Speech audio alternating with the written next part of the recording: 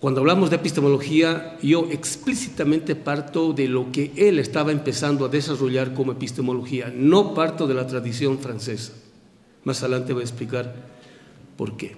Él decía, el pensar cuando es pensar, nunca parte de la teoría, siempre parte de la realidad. ¿Qué quiere decir esto?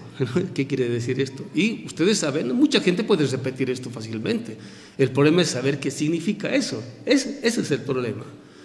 Partir de la teoría quiere decir que yo primero me apropio de un marco teórico o categorial o de un autor o de una corriente teórica y a partir de ahí interpreto la realidad. Eso quiere decir, partir de la teoría, ¿no?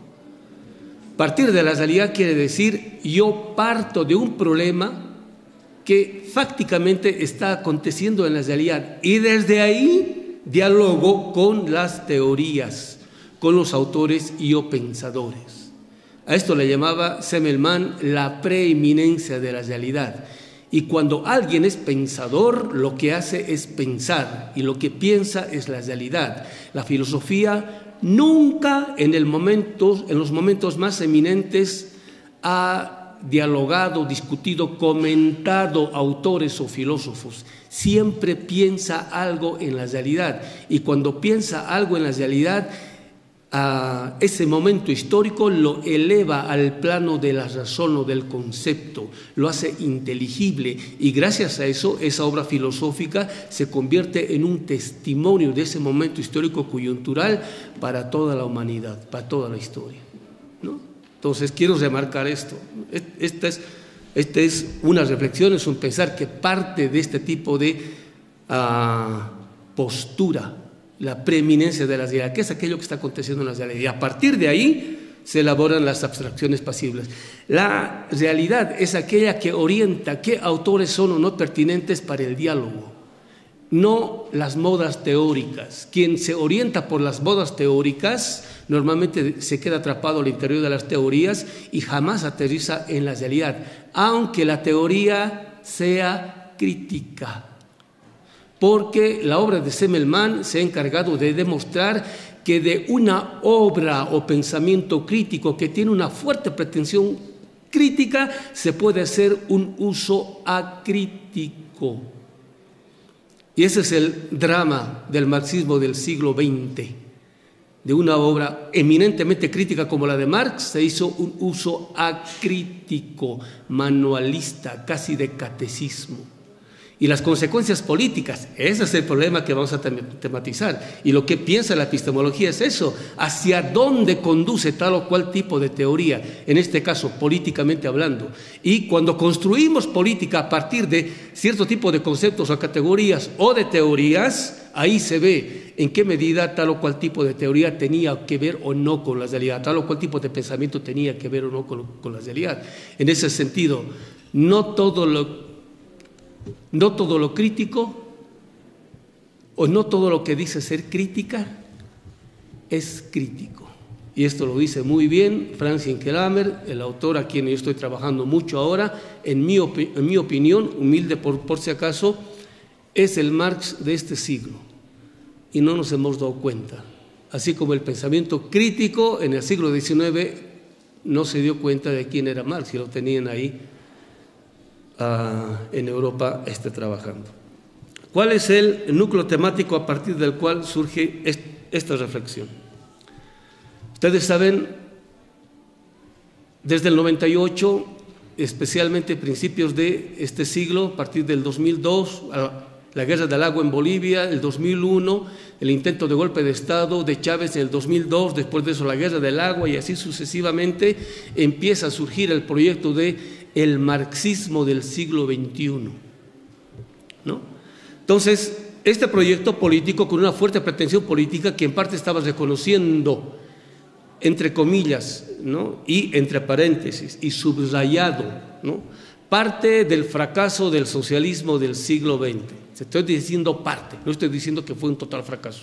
Estoy diciendo parte de los fracasos del socialismo del siglo XX. Entonces aconteció en la historia, no por casualidad. Entonces aprendemos algo de lo que acontece en la historia, ¿no es cierto? Entonces a partir de eso surge la conciencia de que necesitamos producir otro tipo de socialismo. En este caso se le llama socialismo del siglo XXI. En el caso de Venezuela, en Bolivia se le llamó, se le sigue llamando todavía socialismo comunitario, socialismo democrático y así sucesivamente, ¿no? Inmediatamente este tipo de pretensión lo que promovió fueron retornos al marxismo y a Marx, ¿no? Intentos de retorno. Pero lo que pasó inmediatamente es que estamos en el siglo XXI, estamos en el intento de querer construir el socialismo del siglo XXI y lo que tenemos solamente es el marxismo del siglo XX, porque el socialismo fue posible a un marxismo y el marxismo del siglo XX fue posible gracias a un tipo de recepción de la obra de Marx que se dio desde fines del siglo XIX hasta principios mediados del siglo XX. Para que haya marxismo como escuelas doctrinarias o teóricas, tiene que haber un tipo de recepción de la obra de Marx. Y en los tipos de marxismos que se producen, se deducen como proyectos políticos, ¿no?, ideas de socialismo. Esa es la conexión, ¿no? Y de pronto empezamos a darnos cuenta que cuando intentamos en el siglo XXI construir el socialismo del siglo XXI, no hay ni marxismo del siglo XXI ni Marx del siglo XXI. ¿Qué quiere decir esto?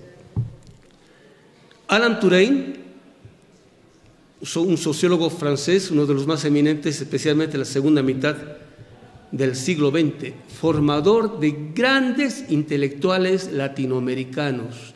En la década del 50 y del 60, cuando no habían posgrados en América Latina, muchos cientistas sociales iban a Europa a formarse.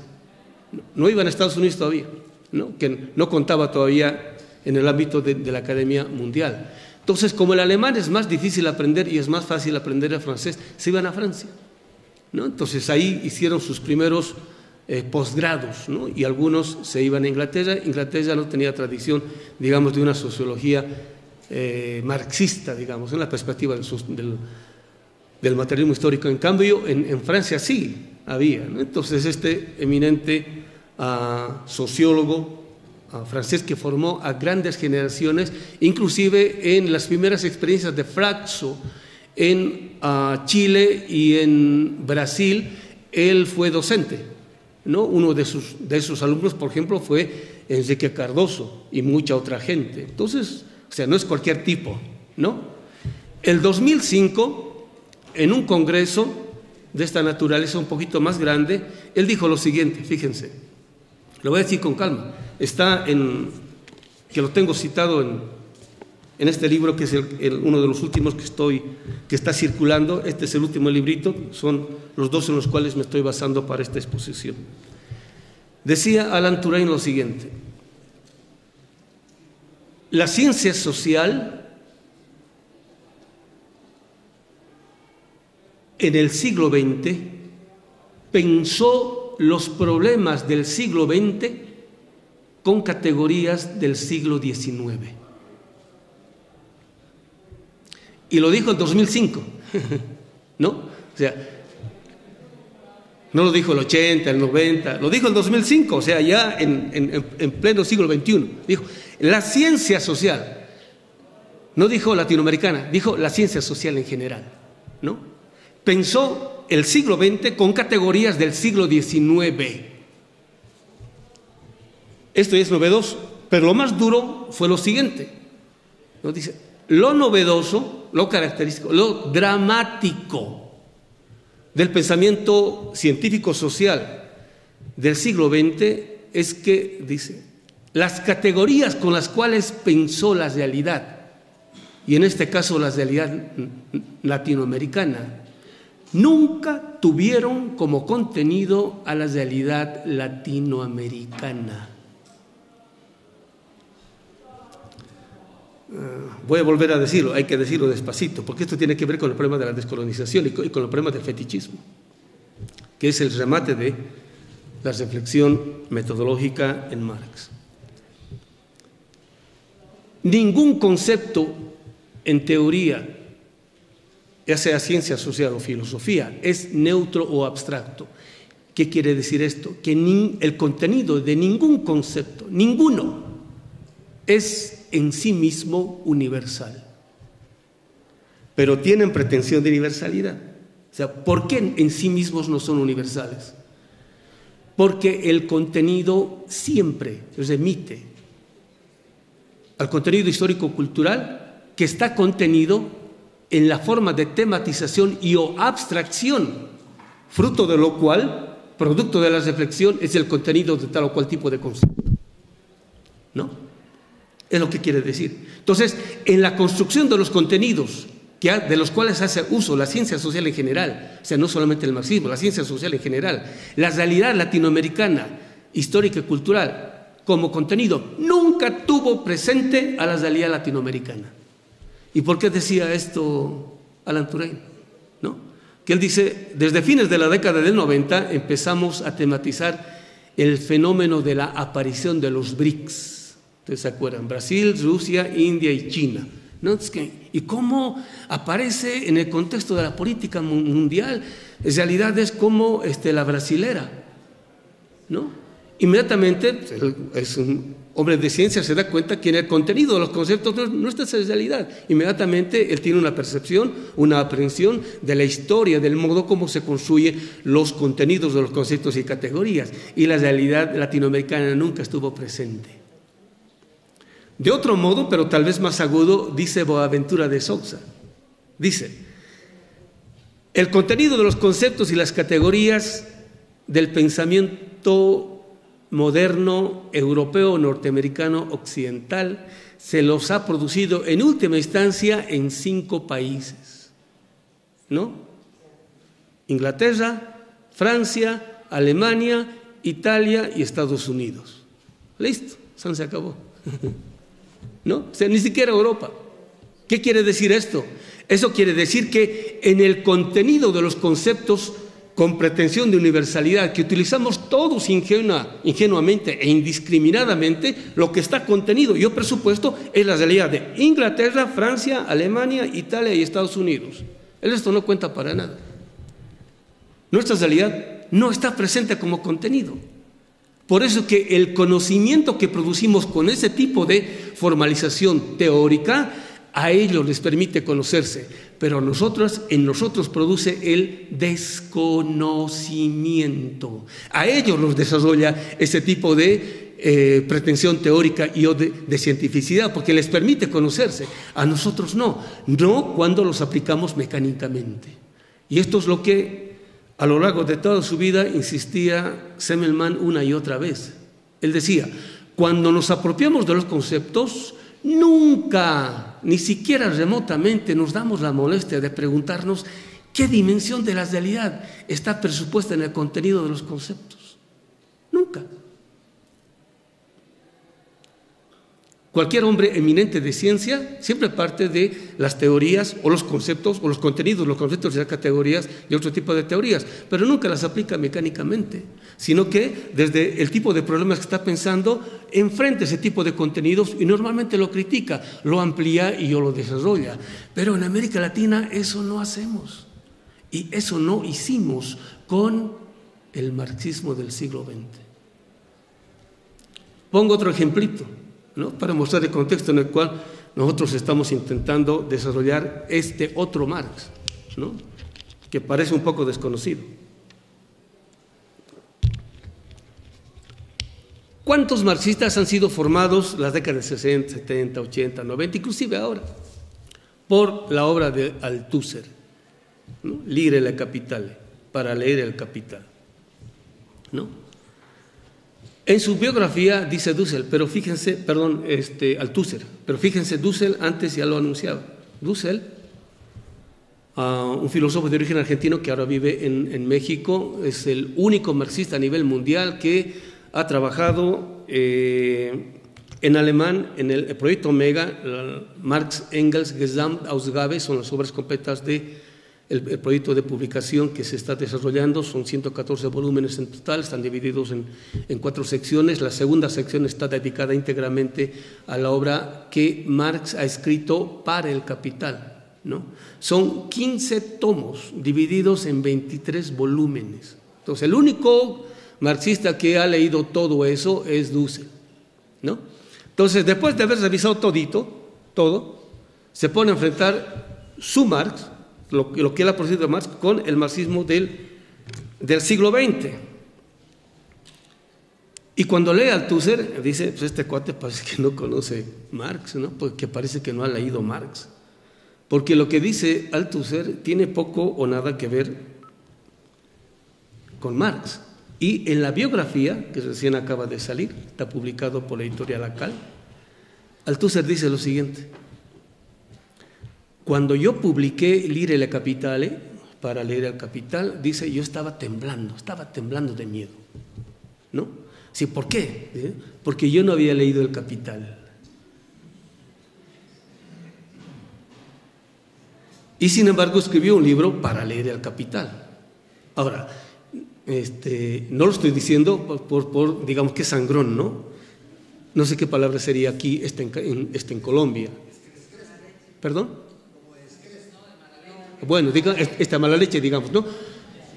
Yo no estoy diciendo que Althusser sea mala leche, ¿no? Lo que quiero decir es que lo que él ha hecho, o sea, con L'Ire e la Capitale, es congruente y consecuente con su idea o teoría del método. El método se lo produce aparte. Entonces, él lo produjo aparte, ¿no? Y lo produjo primero para poder enfrentarse, digamos en este caso, a una obra como la de Marx. Y quienes saben de dialéctica, y déjenme decirles, son muy pocos. Ahorita voy a ir a las citas, ¿no? Son escandalosas las citas, ¿no? Si quieren tirarme, ¿cómo se llama?, cebollas y tomates, todo eso, los ortodoxos, guárdenselas, porque hay mucha gente que tiene hambre, ¿no? Yo creo que ahí sería más beneficioso. Los que conocen de racionalidad dialéctica saben que el método es el resultado de la investigación. Nunca uno parte del método, uno arriba al método, llega al método. El método es la autoconciencia del modo como es que un pensador pensó algo. Entonces, después de que terminó la investigación, llega el método, ¿no? En el método él tiene que mostrar y demostrar cómo es que se ha producido ese conocimiento y cómo es que siguiendo ese método se puede producir resultados similares cuando se procede de ese modo metodológicamente hablando, ¿no? Cualquiera que conoce racionalidad dialéctica sabe eso. Entonces, cuando uno lee un libro de metodología de Althusser, no tiene nada que ver con la dialéctica. Es lo que quiero decir, ¿no? Entonces, alguien que no ha entendido en absoluto la dialéctica y por eso hizo lo que hizo, las barrabasadas, las buzadas, pues son literales, ¿no? Van a disculpar algo de mi lenguaje, pero no le tengo respeto yo a este tipo de intelectuales. Entonces, por eso me refiero así, de ese modo, ¿no? Quien sabe de dialéctica, ¿no? Sabe que el método no va al principio, ni al medio, sino que va al final. Ese es el resultado de la investigación, ¿no? Eso no quiere decir de que durante la investigación uno vaya haciendo notas o reflexiones metodológicas, cosa que siempre hizo Marx, ¿no? Pero ahí no está el método. Eso es lo que quiero decir. Entonces, si Althusser hubiese tenido ideas relativas a la dialéctica, hubiese conocido la racionalidad dialéctica, él hubiese leído primero el Capital y después de eso hubiese escrito un libro para leer el Capital. ¿Sí se entiende? ¿No es cierto? Entonces, por eso ese libro sirve para cualquier cosa, pero menos para entender el Capital. ¿Sí se entiende? Y mucha gente se ha formado en eso, ¿no? Han leído francés, ¿no es cierto? Estaba de moda, ¿no? Entre comillas, déjenme decirles, cuando el imperio promociona casi al elevar al ámbito de la moda a un autor, pensador o crítico, entre comillas, intelectual, no es por casualidad, ¿no? El imperio es muy inteligente, tiene sus intelectuales, tiene sus think tanks, sus tanques del pensamiento, en los cuales saben ubicar muy bien quién le cuestiona radicalmente al sistema de dominación y quién no, aunque diga ser profundamente crítico. Y quien no le hace una crítica en sentido radical, dice, a ese hay que promocionarlo.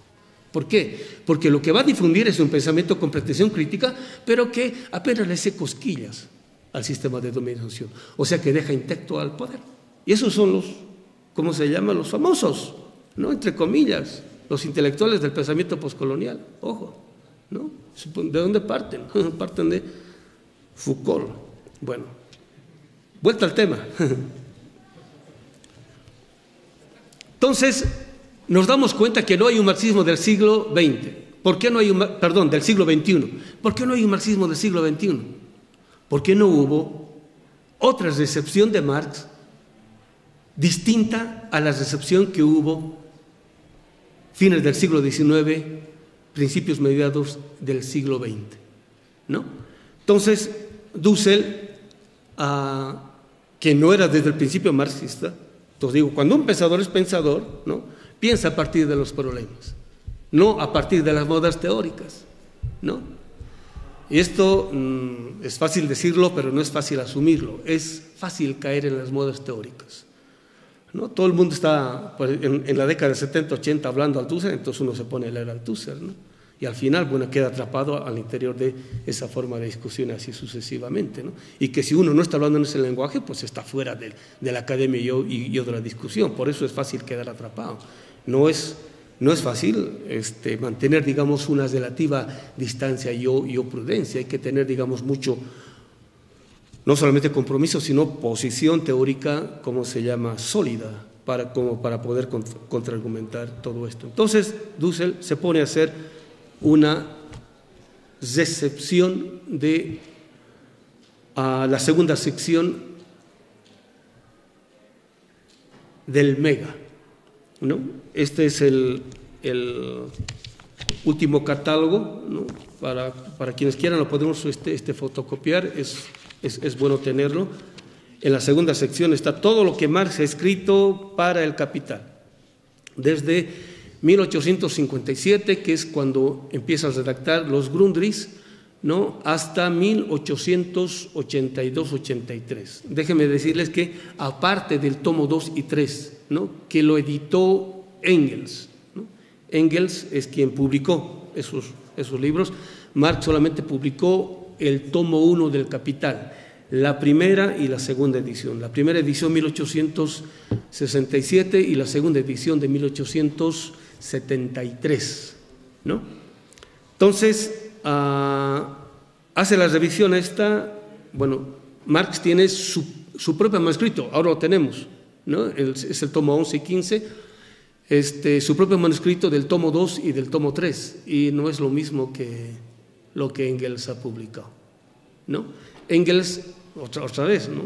Engels, a ver, como muchos de ustedes, si conocen la biografía de Marx y de Engels, quisieran tener un cuate como Engels. Yo quisiera tener un amigo como Engels, ¿no? Es un cuate de verdad, es realmente así, dicen en México, carnal, me gusta mucho esa palabra, ¿no? Viene de coatl, o sea, serían algo así como gemelos, mellizos, no sé, ¿no? Son de sangre, pues es mi carnal, ¿no?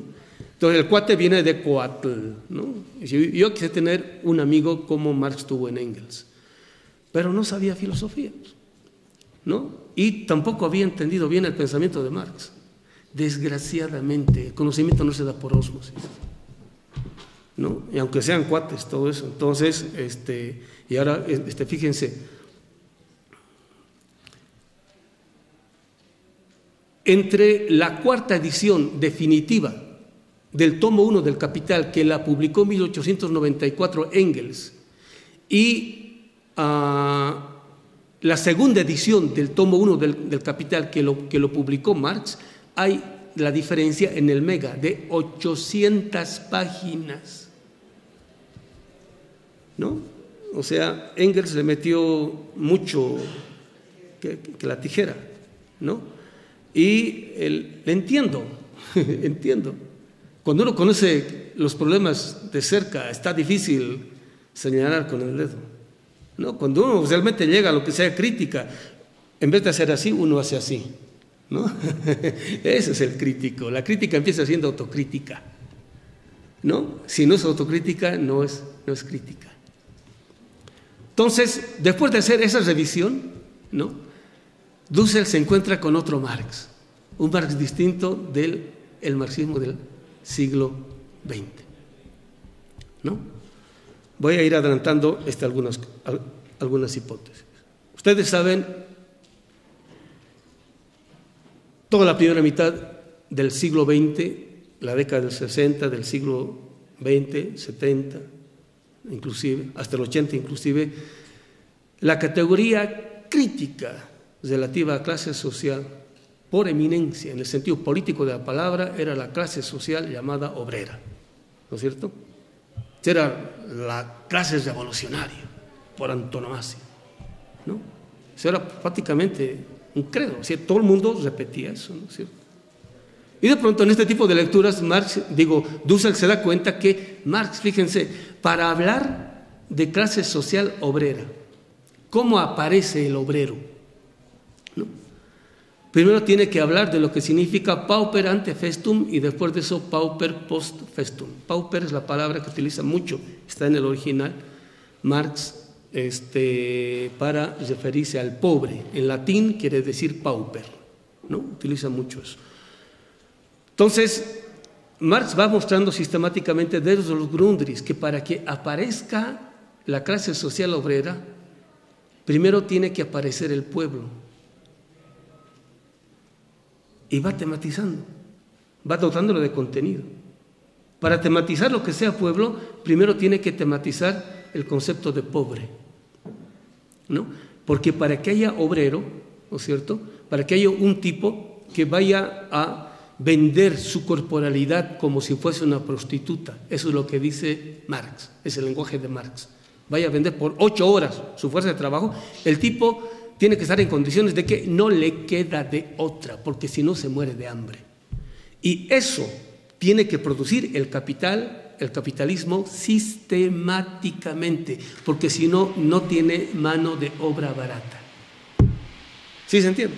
¿No? Pero ese tema nunca lo problematizó el marxismo del siglo XX. Él se quedó con la visión, digamos, del joven Marx, en el sentido de que la clase obrera es la clase revolucionaria, y de pronto en la década del 90 y en la década del 80 desaparecen los obreros gracias al modelo neoliberal y nos quedamos supuestamente sin clase política revolucionaria y empiezan a emerger los pueblos, los movimientos sociales, el pueblo empieza a producir política, pero el marxismo ya no sabe qué hacer con eso. ¿Sí se entiende? ¿No? Porque supuestamente en la década del 80 y del 90, quien tenía una pretensión de politicidad crítica, dura, y empezaba hablando del pueblo, ese era un populista, ¿no? Ese era un populista porque el pueblo en última instancia era sinónimo de lumpen, y ahora estamos viendo que no es así, especialmente en el Cono Sur. Otro problemita, así para ir señalando cosas que el marxismo del siglo XX no las tematizó.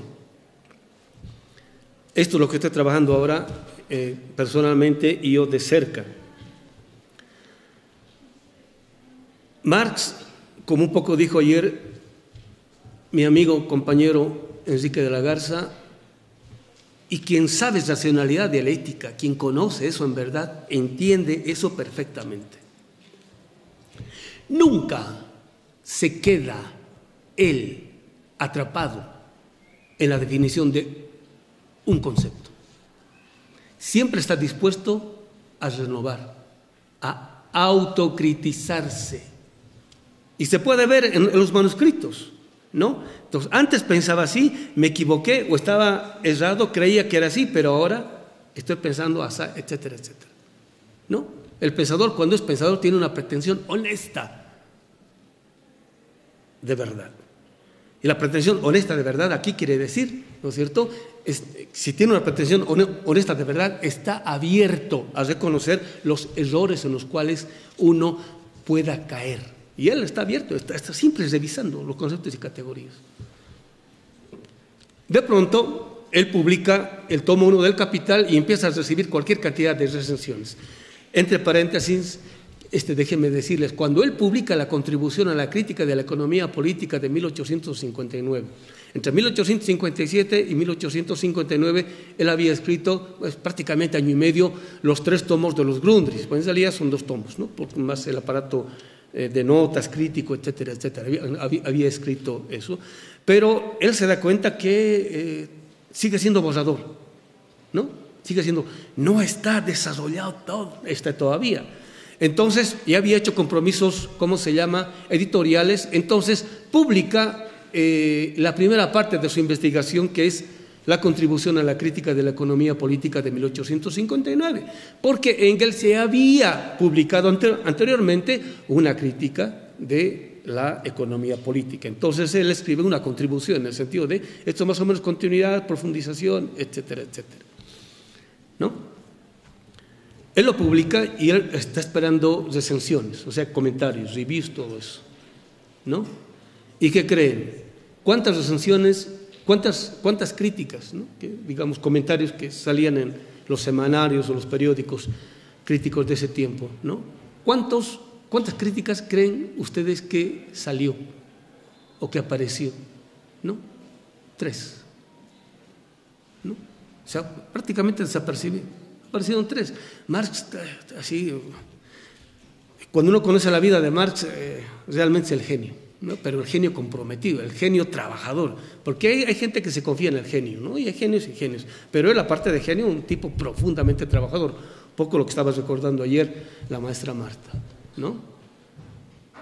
Lo que aprendemos es la capacidad de trabajo, porque geniosos como él no lo somos. Entonces él dice, bueno, yo creo que no se ha entendido todavía porque el modo de exposición no está claro, ¿no?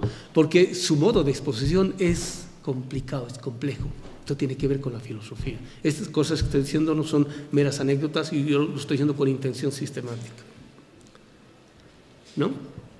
Entonces, publica la primera edición del tomo 1 del Capital. Hay una diferencia sustancial entre la primera y la segunda edición, ¿no? No es una mera repetición, ¿no? Y empiezan a llegarle cualquier cantidad de comentarios esta vez, ¿no? Y está feliz Marx, está feliz porque hay comentarios, la gente se entusiasma, hasta surgen proyectos editoriales de traducción, los primeros los rusos, Denison, ¿no? que le empiezan a hacer comentarios aquí, allá, todo eso. Y de pronto, ¿no es cierto?, entre esos comentarios acontece la Comuna de París. Y parece cualquier dato, ¿no? O sea, ustedes saben, después de la Revolución Francesa, que era una revolución popular, ¿no? Que se volvió burguesa. Es el problema del termidor, ¿no? El termidor es el oportunista que se apropia siempre de un proceso revolucionario político, se lo apropia y después de eso, en nombre de la revolución, traiciona los principios de la revolución. La Revolución Francesa, de ser eminentemente popular, y había clase obrera, ¿no es cierto?, y habían pobres, etcétera, etcétera, ¿no es cierto?, empieza como revolución popular y se convierte en revolución burguesa, ¿no? Entonces el pueblo dice, no, pues que nos han traicionado, hay que volver otra vez a una situación revolucionaria. Entonces, lo que le llama la atención a Marx es lo siguiente. ¿Por qué cuando los obreros se organizan en París no se llaman a sí mismos, digamos, asociación de obreros o sindicato de obreros, ¿no? O algo así, ¿no? O partido tal? ¿Por qué se llaman comuna? ¿No? El máximo del siglo XX, sí, la comuna, todo eso, pero inmediatamente se pasan. ¿Por qué se pasan? ¿No? Especialmente el máximo del siglo XX, porque creen que Marx tiene una filosofía de la historia moderna eurocéntrica. Y Marx partió de eso, pero no se quedó en eso. Marx empezó a cuestionar seriamente la concepción que de la historia lineal tiene la modernidad europea occidental, de que en el principio estábamos en la sociedad, bueno, tribal, después de eso esclavista, después de eso feudalista, capitalista, y ahora sigue el socialismo. Falso, ¿no? Dice Michel Levy o Michael Lowy, ya sea en francés o en inglés, como ustedes quieran que traducirlo, ¿no? Ayer también estaba refiriéndose a algo Enrique de la Garza, ¿no? Las famosas fuentes integrantes del marxismo, ¿no? Que acuñó en parte el leninismo, que decía las 3 fuentes y partes integrantes, ¿no?, del materialismo histórico, etcétera, etcétera.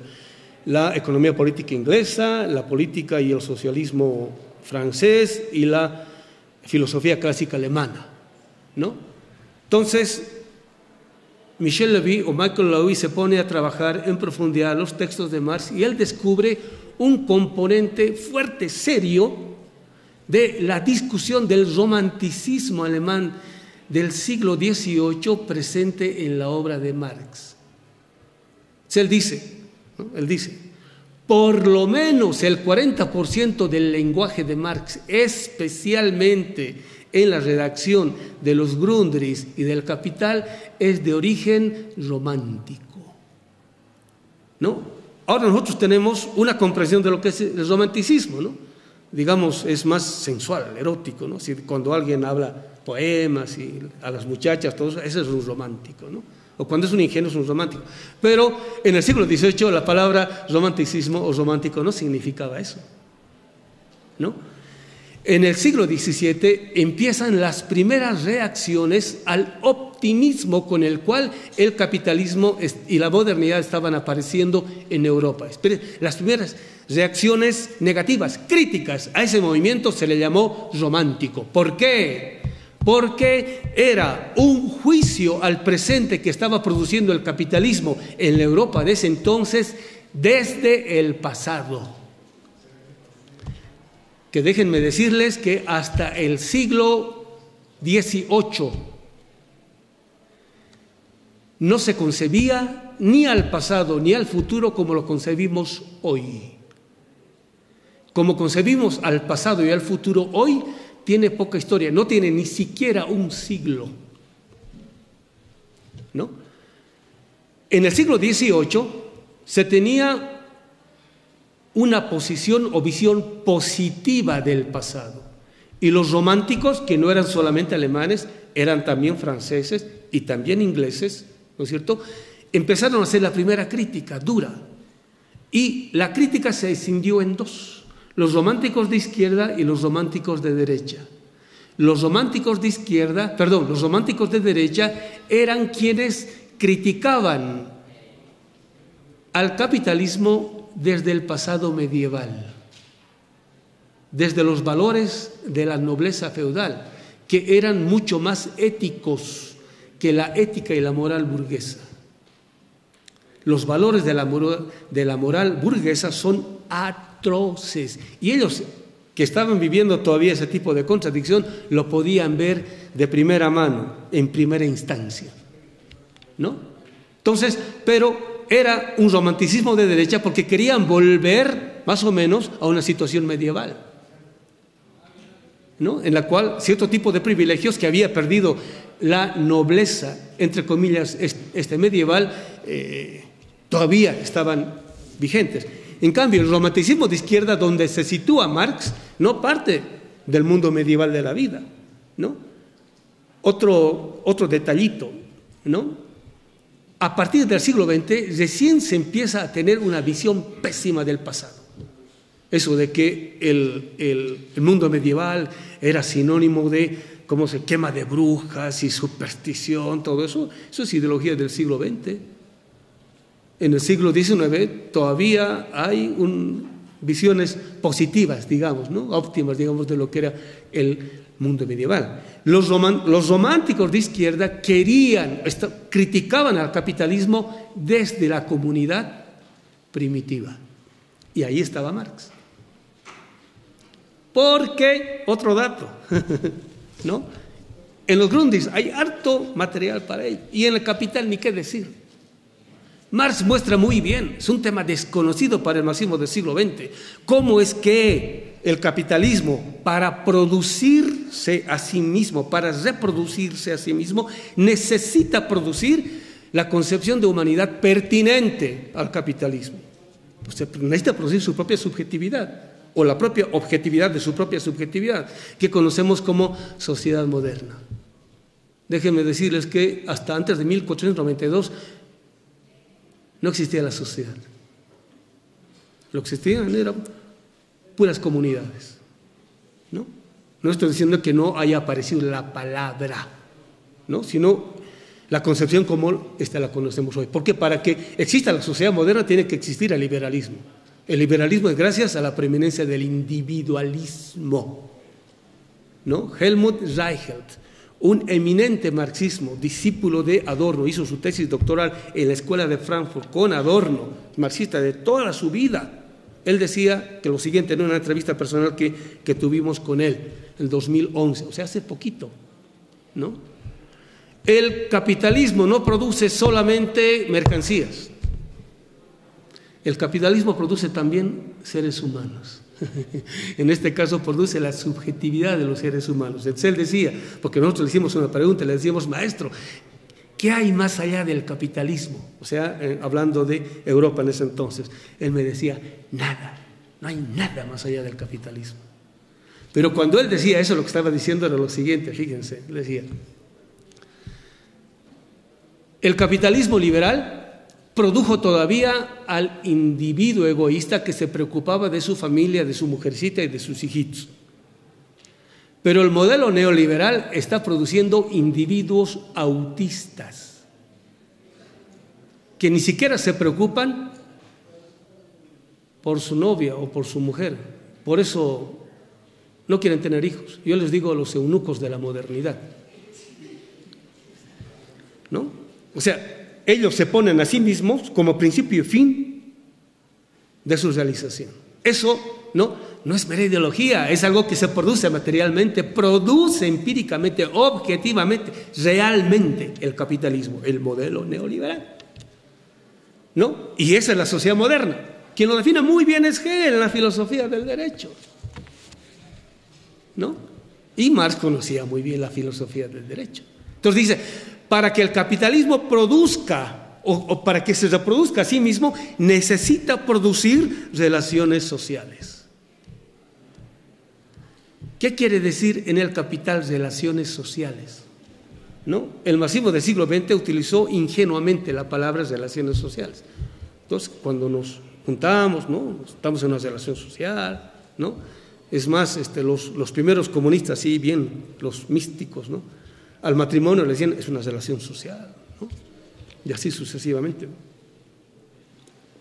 Marx muestra que el capitalismo, para producir la sociedad, tiene que destruir sistemáticamente toda forma comunitaria de vida.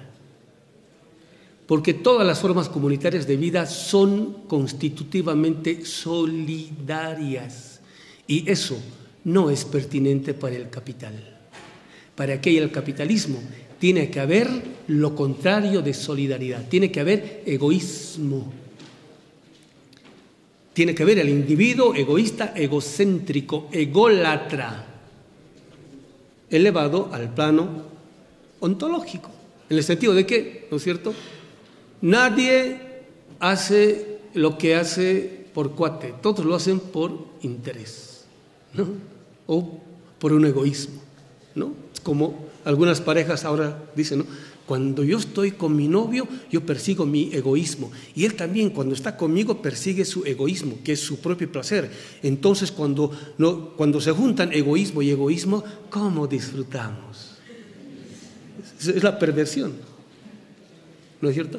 Entonces, Marx va mostrando cómo es que sistemáticamente el capitalismo tiene que destruir toda forma comunitaria de vida. La reflexión relativa a la comunidad estuvo presente en todo el Marx maduro y el marxismo no se dio cuenta. ¿Por qué? Porque pensó que era cosa del pasado, especialmente en América Latina.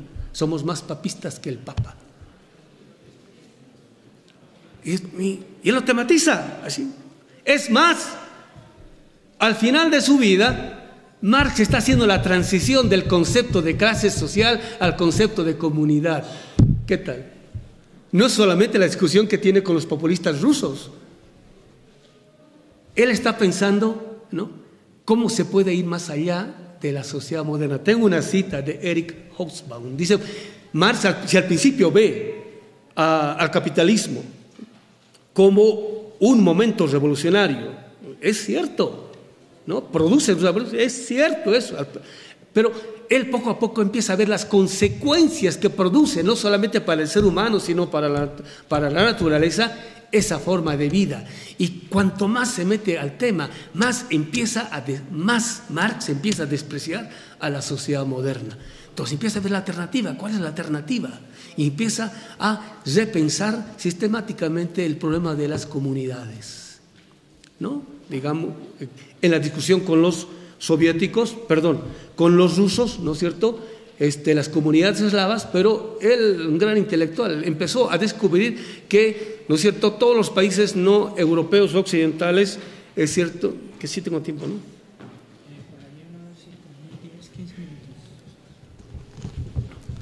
Que ni siquiera llegó al tema y fíjense, ya me están haciendo. La profesora Magda me pidió un ensayo y yo dije, a ver, ¿qué tengo que decir para decir todo esto lógica y coherentemente? El problema de la exposición, que le preocupaba más y este servidor también, porque el tema es muy, muy denso, muy duro. Entonces empecé a juntar las cosas y me salió un manuscrito de 60 páginas, a reglón seguido. Entonces dije, tengo que cortar. Entonces, pero mientras iba cortando, dije, no, esto también tengo que decir. Y se incrementó 85 páginas y así, y empecé a cortar y al final me salieron, 52 páginas y no he pasado de la primera.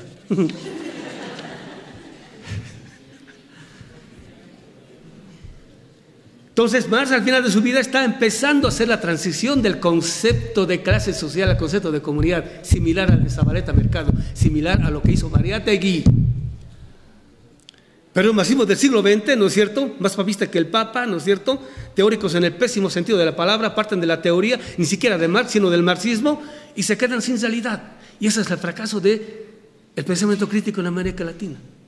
Y este servidor, ¿no?, es la deuda intelectual con Hugo Semmelmann, ¿no? Y aquí mi amigo Enrique de la Garza es testigo de ello, la preeminencia de la realidad. Hay que partir de la realidad, ¿sí?, ¿qué es aquello que ha pasado? Y desde ahí dialogar con los autores y o pensadores, en este caso, el caso de Marx, ¿no? Entonces, en Bolivia, cuando yo estudiaba sociología, yo había tenido mi cátedra de Marx un año con un marxista muy, muy bueno en Bolivia, pero uno se da cuenta que no sabe, ¿no? Que llegué a México, justo Dussel estaba en su seminario, en lo último del Capital de Marx, un seminario de 10 años, yo me metí ahí y trabajé con él los manuscritos del 63 hasta el 67, ¿no? Y después de eso, en plena década del 90, cuando nadie daba un centavo por Marx, cuando yo vi muchos marxistas se pasaron a la orilla del frente, y es más, hablaban mal, ¿no es cierto?, hasta con bromitas, ese tipo de cosas de uno, se acaba Marx, o sea, digamos, te has quedado el siglo pasado, algo así, ¿no? Pero seguimos trabajando, ¿por qué? Por el problema. Porque nosotros vimos las consecuencias políticas de un tipo de marxismo. Semmelmann vio como en el 73 hubo ese fracaso por un tipo de marxismo. Nosotros en el 79 y el 80 vimos en Bolivia el fracaso de un tipo de marxismo. Entonces, todo el marxismo que habíamos aprendido de la academia no servía para nada, Althusser no servía para nada, Coletti no servía para nada. Y al final, por eso terminó diciendo de que, el marxismo era ideología o profetismo, cualquier cosa, pero con la ciencia no tenía absolutamente nada que ver. Pero nosotros intuíamos que había algo y por eso seguimos trabajando, ¿no? Acontece las grandes crisis que empieza a producir el modelo neoliberal a partir de la segunda mitad de la década del 90, ¿no? Y ahí es cuando empezamos a trabajar la obra de Franz Hinckelhammer, y con Franz Hinckelhammer, en mi opinión, es el más crítico, es el único que agarra más o menos el núcleo duro de lo que sea, digamos, la reflexión metodológica en Marx. Empezamos a perseguir cómo es que él desarrolló sus categorías a propósito de Marx, que él lo estuvo trabajando toda su vida, y de pronto que llegamos a la siguiente hipótesis, ¿no? Pero esta hipótesis, digamos, principios de este siglo, en Bolivia acontece la guerra del agua, la guerra del gas, el compañero, hermano Evo Morales llega a la presidencia y estamos, digamos, del otro lado en la posibilidad de construir la revolución, y de pronto empezamos a toparnos con muchos problemas, ¿no? ¿Cuáles son los problemas? ¿No?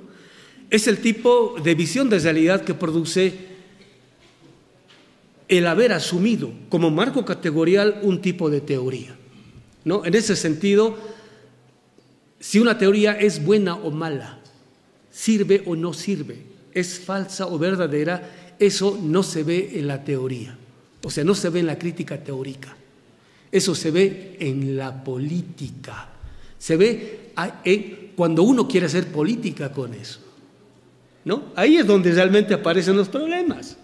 Entonces empiezan a aparecer los problemas. O sea, al principio hay una fuerte pretensión de una revolución socialista y comunitaria. Y de pronto empiezan a aparecer los problemas. Y este tipo de problemas nos motivan a trabajar en profundidad el tipo de Marx que estábamos haciendo.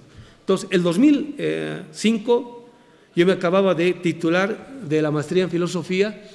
En enero del 2006, el compañero hermano Evo Morales había subido a la presidencia y en enero del 2006 nosotros llegamos a Bolivia y decimos: señores, tenemos que hacer un seminario sobre la ciencia de la lógica de Hegel.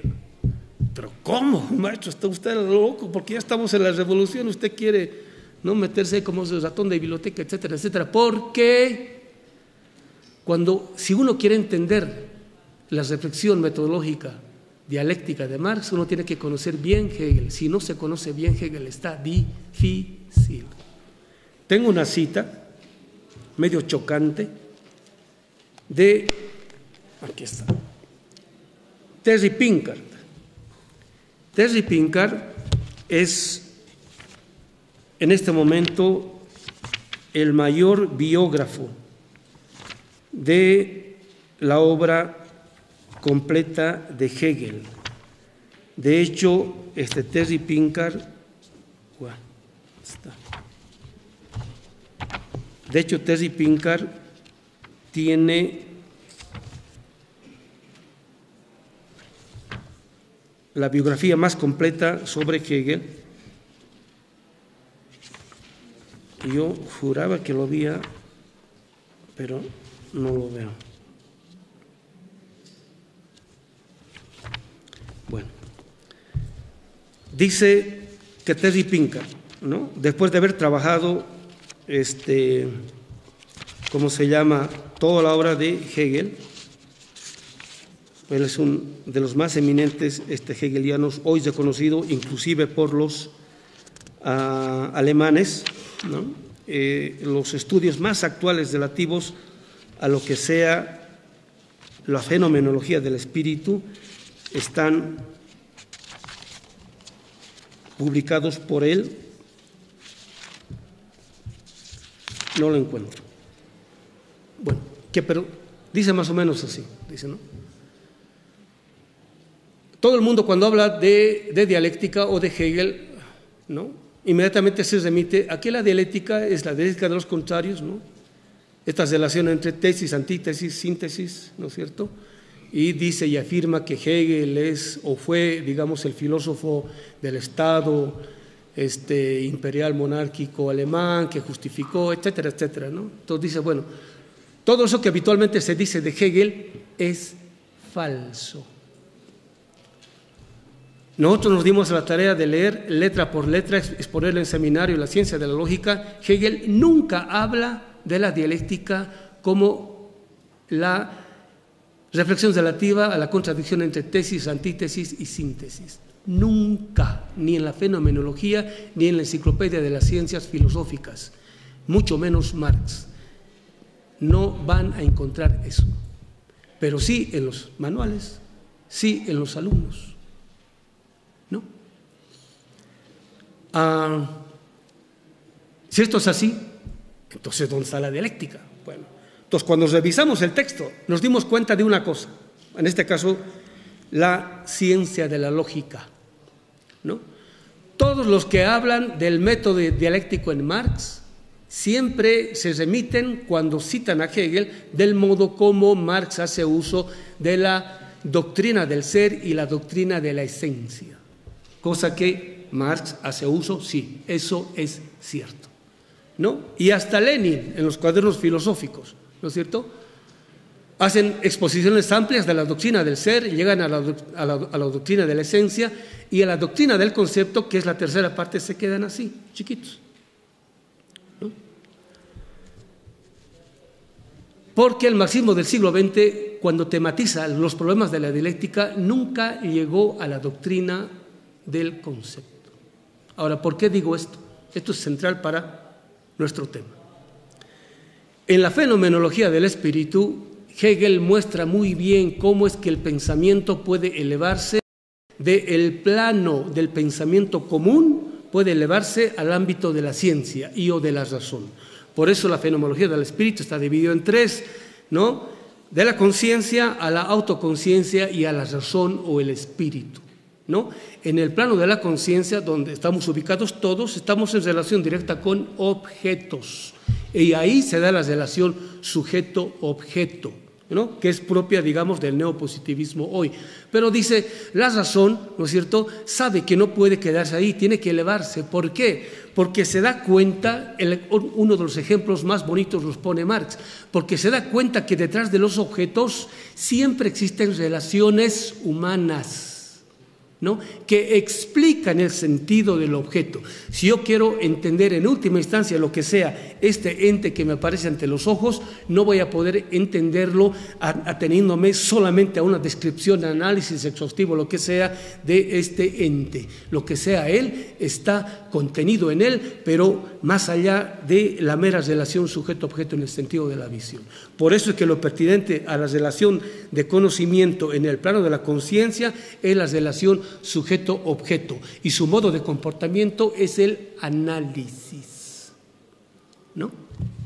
Pero en el plano de la conciencia, ¿no es cierto?, yo como sujeto estoy aparte del objeto, no me siento parte de él, no es mi problema, yo soy algo totalmente distinto, ¿no? Cuando dice, la razón quiere elevarse al ámbito de la ciencia, tiene que elevarse de la conciencia a la autoconciencia, esto es, a la reflexión. Lo propio de la relación de conocimiento de la autoconciencia es la relación sujeto-sujeto, y el modo de comportarse de la razón es la relación de reflexión. Es un poco lo que dice Marx, ¿no?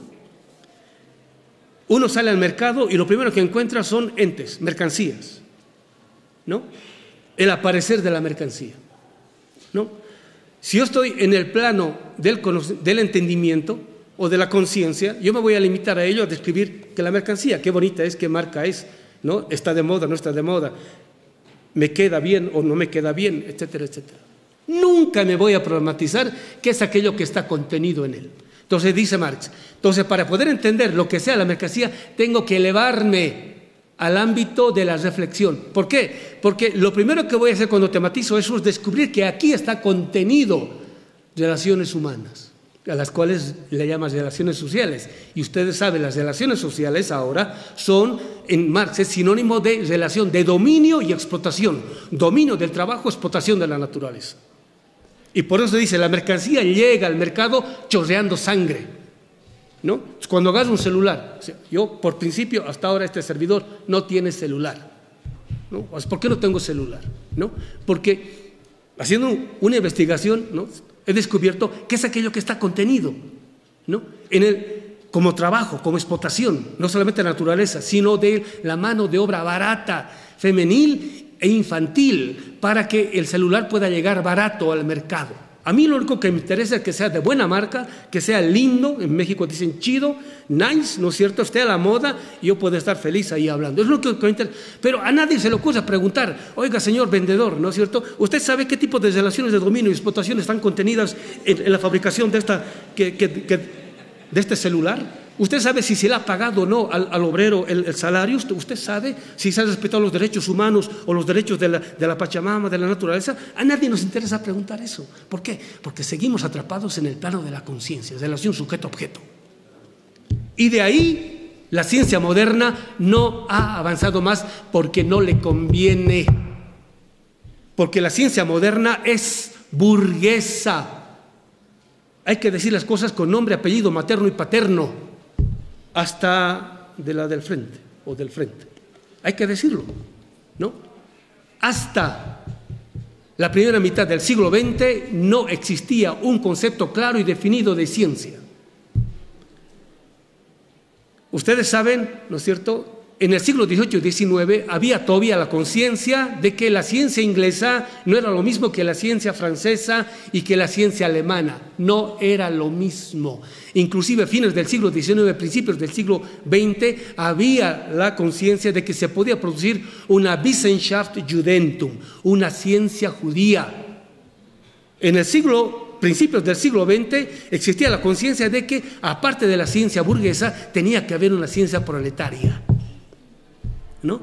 Y después del siglo XX, ¿no es cierto?, Estados Unidos impone no solamente sus instituciones económicas, su modelo energético, etcétera, etcétera, impone su concepción de lo que debe ser el conocimiento. Y para esto le sirvió muy bien Popper, ¿no? Ahora le llama ciencia moderna, pero en el fondo es burguesa.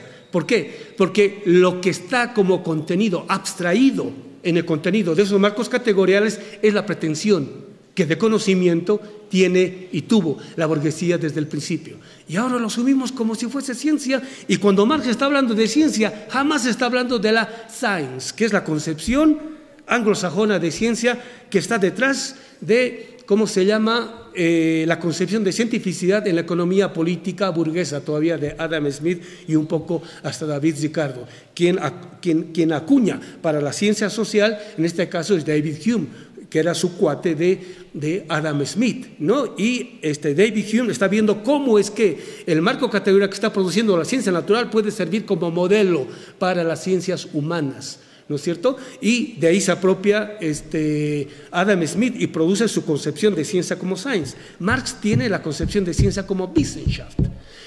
Al interior del concepto de ciencia de la economía política burguesa, les basta con con la doctrina del ser, o en este caso con el plano del entendimiento, con la relación sujeto-objeto. No necesitan más, porque si van más allá, entonces uno empieza a problematizarse sobre qué es aquello que está contenido en el aparecer de la mercancía, y empieza la crítica al capitalismo. Y el capitalismo no quiere que se le critique, por eso necesita destruir ese marco categorial, ¿no? Hacer la antipropaganda. Ahora estoy empezando a coser porque el tiempo me está empezando a faltar, ¿no? Entonces, el concepto de ciencia que está manejando Marx lo toma de Hegel, pero no es lo mismo.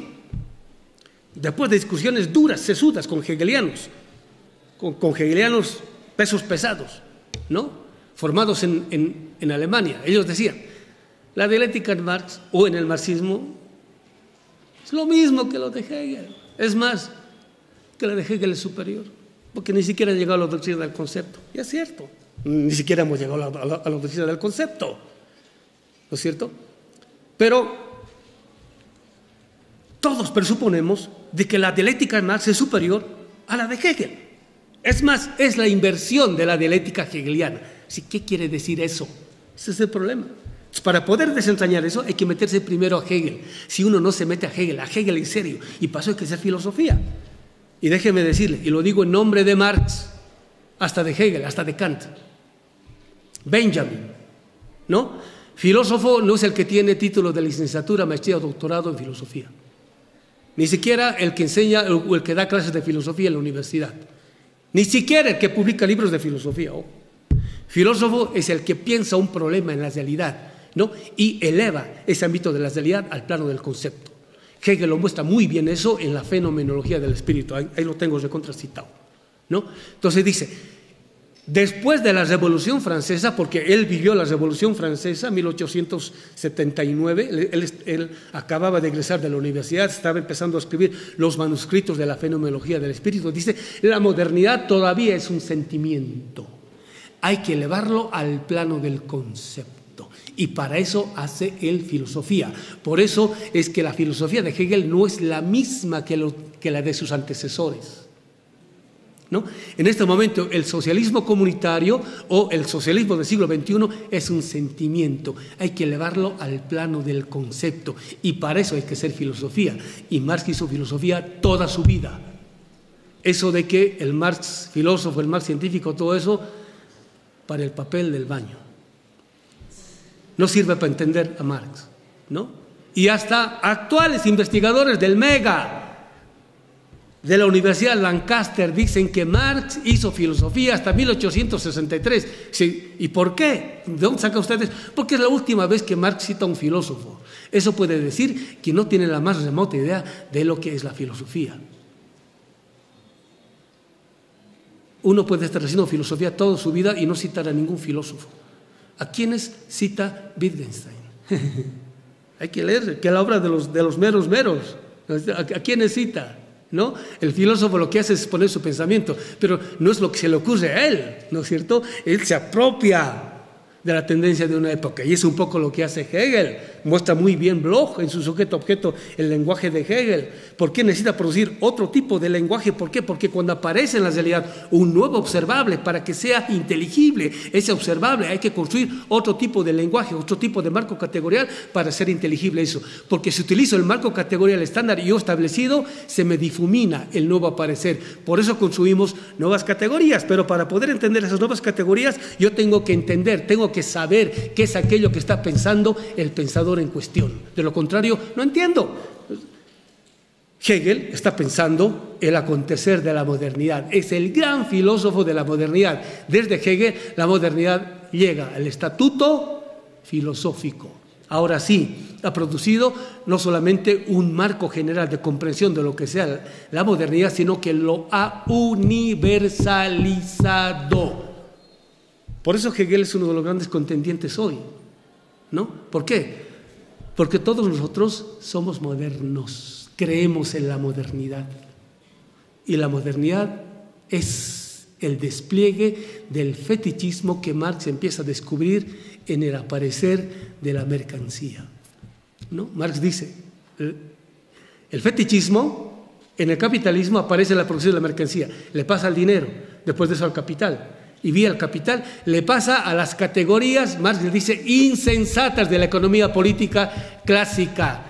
Vía Weber le pasa a las categorías de la ciencia social. Vía Popper le pasa no solamente a la ciencia, sino a la racionalidad en general. La racionalidad moderna está constitutivamente fetichizada. Y ese fetichismo ahora le está alcanzando al marxismo. ¡Escándalo! Los marxistas son fetichistas hoy. Y no nos damos cuenta. No nos damos cuenta. ¿Por qué? Porque estamos dentro del fetichismo. O sea, le hemos creído a la modernidad. ¿Qué quiere decir le hemos creído a la modernidad? Le hemos creído a la burguesía.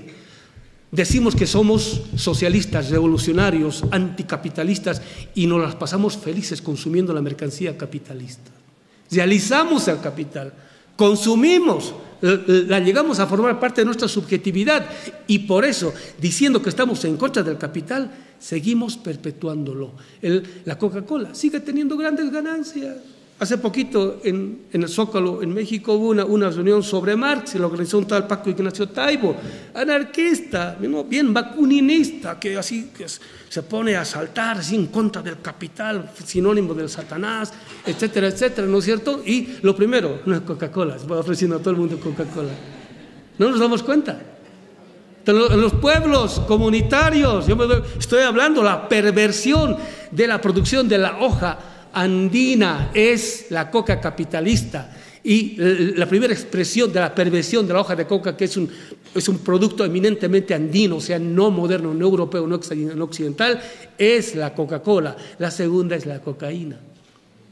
La perversión. Y ahorita pasa con el tabaco, ¿no? La perversión es el cigarrillo, ¿no? Los marcitos. En mis tiempitos fumaban un cigarrillo que se llamaba L&M. Si los marxistas, ¿no? Entonces decía, maestro, ¿y usted por qué que le gusta esto? Porque es Lenin y Marx, L&M, ¿no? Pero realizando al capital permanente. No nos hacemos problema, ¿no? Es más, luchamos, salimos a la calle porque queremos la forma de vida que la burguesía ha desarrollado y le llama moderna. Dejamos de ser pobres, en Brasil ha pasado esto, dejamos de ser pobres, tenemos más dinero y lo primero que hacemos es consumir mercancía capitalista. A través del consumo estamos realizando el capital, por eso el capitalismo está feliz, no se hace ningún problema. Pero en el discurso, qué revolucionarios somos, bien revolucionosos, que no nos damos cuenta. ¿Por qué no nos damos cuenta? Tiene que ver con el método y con esto termino. Por lo que tenía que haber empezado, ¿no? Pero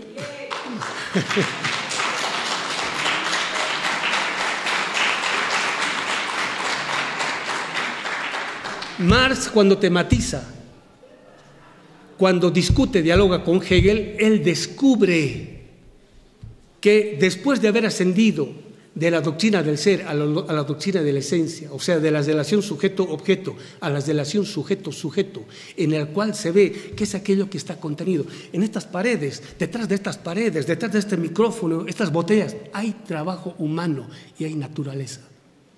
Son las dos únicas fuentes a partir de la cual es posible todo, inclusive el capitalismo,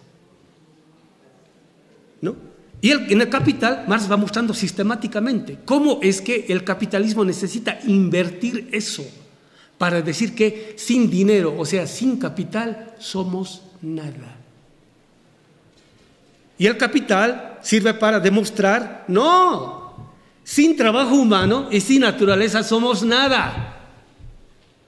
La inversión consiste, ¿no es cierto?, en creer que sin dinero somos nada, ¿no? Hace poquito, hace unos días, el vicepresidente marxista, ampliamente respetado por la izquierda latinoamericana y mundial, acaba de ir a China a firmar uno de los préstamos más grandes con el capital chino, $7.000 millones.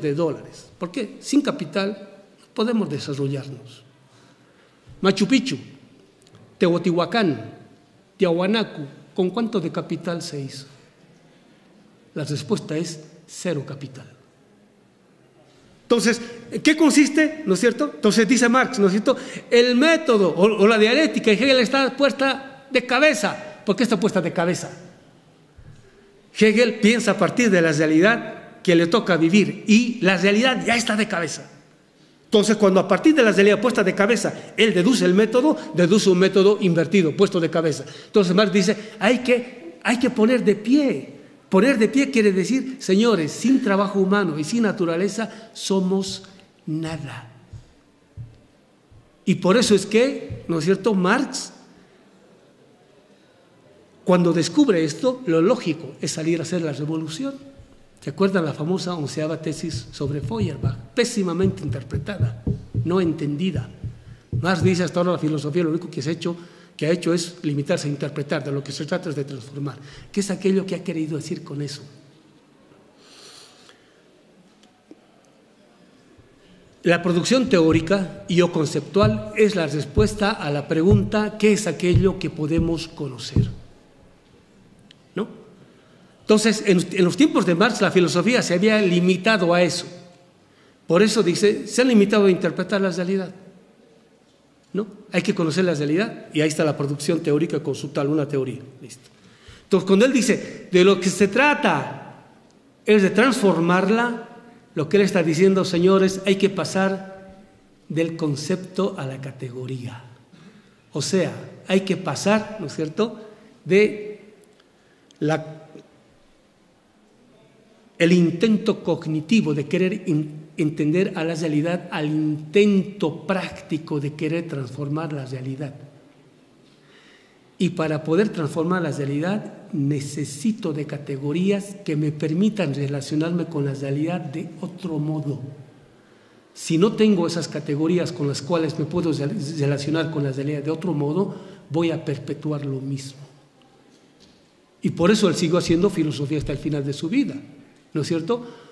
El capital es respuesta a eso. Entonces él dice, ya que no puedo hacer yo la revolución, entonces teóricamente voy a mostrar cómo es que se puede poner la realidad de pie. Para eso escribe el Capital, ¿no? Para poner a la realidad de pie. Ahora, ¿cómo podemos poner a la realidad de pie? Entonces, en la doctrina del concepto, Hegel muestra que se nos ilumina todo el sentido de la historia y o de la humanidad cuando llegamos a la idea de que Dios lo ha creado y lo crea todo. Por eso en la doctrina del concepto la temática es teológica. Y todos los marxistas cuando llegan ahí dicen, esta es teología. Se lo han despachado. Pero Marx no tenía sus prejuicios, ¿no? Él se pone a trabajar el texto. Además venía de la tradición judía. Él no se tragaba fácilmente el Dios de la tradición cristiana. Cuando llega a eso y dice Marx, el contenido de la doctrina del concepto es un fetiche, es un Dios falso. ¿Por qué?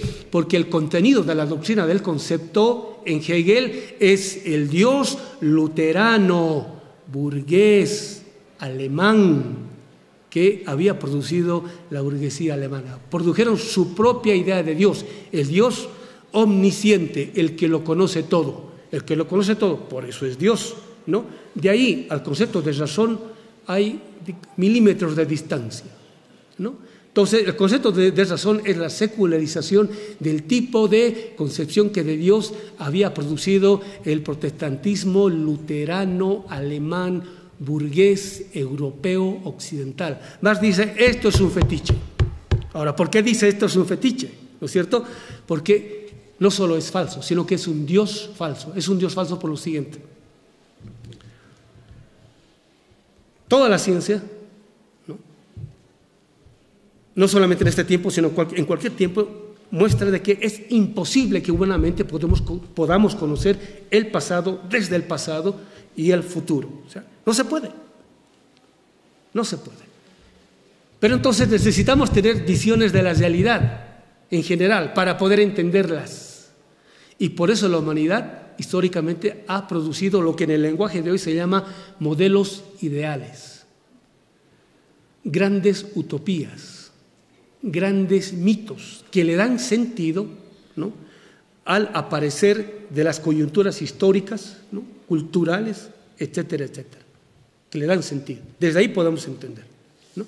Supuestamente la modernidad es el pasaje de el mito al logos, ¿no es cierto? Ahora hacemos ciencia, ya no estamos más de la teología y de la religión. Eso es algo que sistemáticamente intentó desarrollar el pensamiento burgués. ¿Para qué? Para encubrir su modelo ideal, ¿no?, que es el de la modernidad. Y ahí aparece la concepción moderna de futuro y la concepción moderna de pasado, ¿no? Ustedes saben, en el presente creemos que el pasado se quedó en el pasado. Pase lo que pase, es inferior, ¿no es cierto? Antes de la modernidad son premodernos o precapitalistas, que quiere decir inferiores. Premoderno quiere decir inferior, ¿no es cierto? En el futuro está lo superior, ¿no? Y gracias a la teoría evolucionista, cuanto más vamos al pasado, más nos acercamos al mono, ¿no? Y cuanto más nos alejamos del pasado, más nos acercamos a lo humano, ¿no es cierto? Gracias a eso pensamos eso. Y como los pueblos originarios están en el pasado, entonces se acercan más al mono. Entonces, ¿para qué voy a partir de ellos? Que mejor parto de lo moderno, ¿no es cierto? Entonces creo en ese prejuicio de la modernidad. Y de pronto, fines del siglo pasado, empezamos a darnos cuenta, empezamos, ¿no?, a comprobar empíricamente, a partir de juicios de hecho no ónticos sino ontológicos, que las pretensiones con las cuales la modernidad aconteció desde 1492 son falsos. ¿Falsos en qué sentido? De que pase lo que pase, siempre estaba siendo para bien. De que, ¿cómo se llama la naturaleza? Es infinita, ¿no es cierto? De que el pasado se quedó en el pasado, no tenemos nada que ver con el pasado, y que en el futuro, pase lo que pase, siempre vamos para bien. Falso. Y de pronto empezamos, a partir de el informe de los límites del crecimiento, empezamos a darnos cuenta de que no solamente el ser humano, sino también la naturaleza es finita, se puede acabar. Pero no solamente eso, sino que con el modelo neoliberal empezamos a darnos cuenta, no solamente un modelo económico, en este caso un proyecto de humanidad, empieza a entrar en crisis porque, ¿no es cierto?, los conocimientos con los cuales se produce la percepción de la realidad tienen poco o nada que ver con ella, ¿no? Sí, digamos, en términos cortos, el famoso giro pragmático que Habermas le hacen al giro lingüístico, ¿no? Descubren de que la ciencia social moderna todavía está en ¿cómo se llama?, en el paradigma del individuo. No han pasado, no han hecho el giro gracias al lenguaje, al paradigma del lenguaje, en este caso en sentido pragmático, ¿no?, que es supuestamente el que produce comunidad. Pero lo que está aconteciendo es la destrucción sistemática de toda forma de, ¿cómo se llama?, estas relaciones comunitarias. Junto con ello la destrucción de la naturaleza. Y de pronto empezamos a darnos cuenta, y lo dice Marx, lo que sea la subjetividad humana, lo que sea la humanidad, la idea que tenemos de humanidad, se deduce a partir de la relación que tenemos con la naturaleza. Y nosotros pensamos ingenuamente de que la humanidad iba a humanizar a la naturaleza porque era supuestamente salvaje. Falso. Contra la modernidad, ahora empezamos a percatarnos de que cuando el ser humano trata a la naturaleza como objeto, él se deshumaniza. Ningún estadio cultural o civilizatorio anterior a la modernidad tuvo la locura de concebir a la naturaleza como objeto. El primero es el capitalismo, en este caso la modernidad, y necesitó hacerlo para convertirla a la naturaleza y al trabajo humano, para convertirla en mercancía. Convirtiéndola en objeto y luego en mercancía, podía hacer de ella lo que quiera. Todos los pueblos anteriores a la modernidad nunca se les ocurrió semejante irracionalidad. Es irracional concebir a la naturaleza como objeto, pero es el punto Arquímedo no solamente del surgimiento de la ciencia natural, sino también de la ciencia natural y hoy sentido común de la modernidad. Ahora el gran fetiche es la racionalidad moderna. ¿Por qué? Porque siendo ella falsa, creemos que ella es verdadera. Entonces, cuando Marx llega a la tematización de la doctrina del concepto y descubre que el contenido de la doctrina del concepto es un fetiche, el fetiche que ha producido la burguesía que naciente en la Europa, ¿no es cierto?, él se pone a tematizar los modelos ideales contenidos en, ¿se acuerdan? Las famosas Robinsonadas, con las cuales surge, ¿no es cierto?, la pretensión de cientificidad de la economía política burguesa y así sucesivamente, ¿no? Y hasta Popper, ¿no es cierto?